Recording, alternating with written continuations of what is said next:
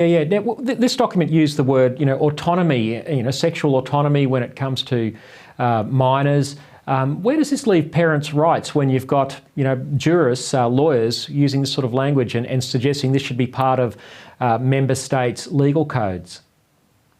No, I think it's absolutely incredible, especially when at the moment children can't consent to having a tattoo or driving a car or drinking alcohol, a whole myriad of things. Parents tell me their kids can't even get on the bus and go on a school excursion without parental consent, and yet they can consent to sexual education, sexual ideologies and orientations and identities and all of these other areas. And now the UN is suggesting that adolescents can consent to sexual activity with one another. What's to stop moving that line and redefining the mature minors altogether? Yeah, it certainly does seem like a slippery slope, and it's quite right that we shine a light on this. Now Kirralie, speaking of sexualising children, you at Binary have reported in the past week more instances, yet again, of Australian libraries putting LGBTIQA plus men adopting a sexualised woman's persona in front of children. The image on the screen is from the Newcastle Public Library, and this following image of Cougar Morrison performing, he was due to perform at Maryland's Library in WA. This is a very concerning image as well. What's going on here? Yeah, well, that image, I believe, is just taken from his Facebook page. It's not the one used to promote. The fact is, and we know Kevin Bacon has caused an a big stir this week, because he's trying to raise money to allow these adult men in woman face. So they use hypersexualized caricatures of women. It's a mockery of women, and they're desperate to gain an audience of children. And we have to be asking why.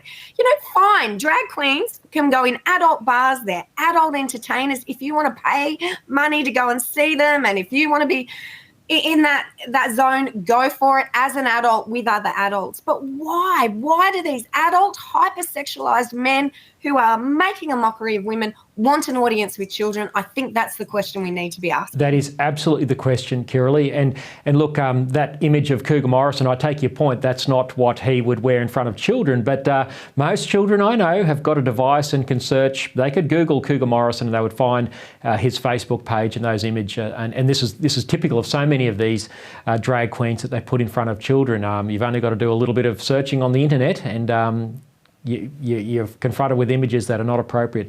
Now, Kirralie, you have reported on a big women's rights case. It's also been in other mainstream media as well. When I say mainstream, I mean mainly Sky News. And that is the federal court case that's on today, Friday. Sally Grover, the founder of women's only app Giggle, is being sued by a biological male, Roxanne Tickle, for being excluded from that app. Now, here's what Sally Grover told Sky News recently. About sex, it's not about gender. I discriminated on the basis of sex. A woman is an adult human female, and that was accepted by everybody until men decided that they wanted to be women. And the only way for a female-only space to exist is if it excludes males.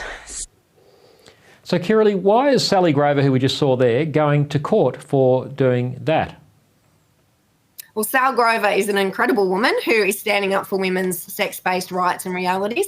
The issue is that in 2013, Julia Gillard, one of her last acts as Prime Minister, was to remove all protections for biological sex from the Sex Discrimination Act. There are more protections for people who identify as something they're not than there are for actual women or actual men in the Sex Discrimination Act. And as a result, we now have this issue where you can, under law, discriminate according to sex, but it also has gender identity. Now, these things are in direct opposition to one another.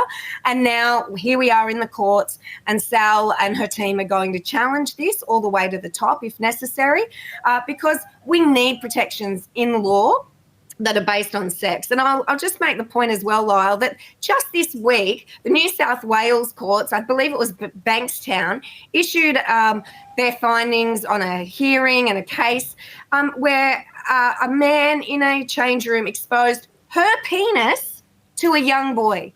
Now, her penis is the most ridiculous statement that anyone could ever make, and yet that is what judges and courts in Australia are saying.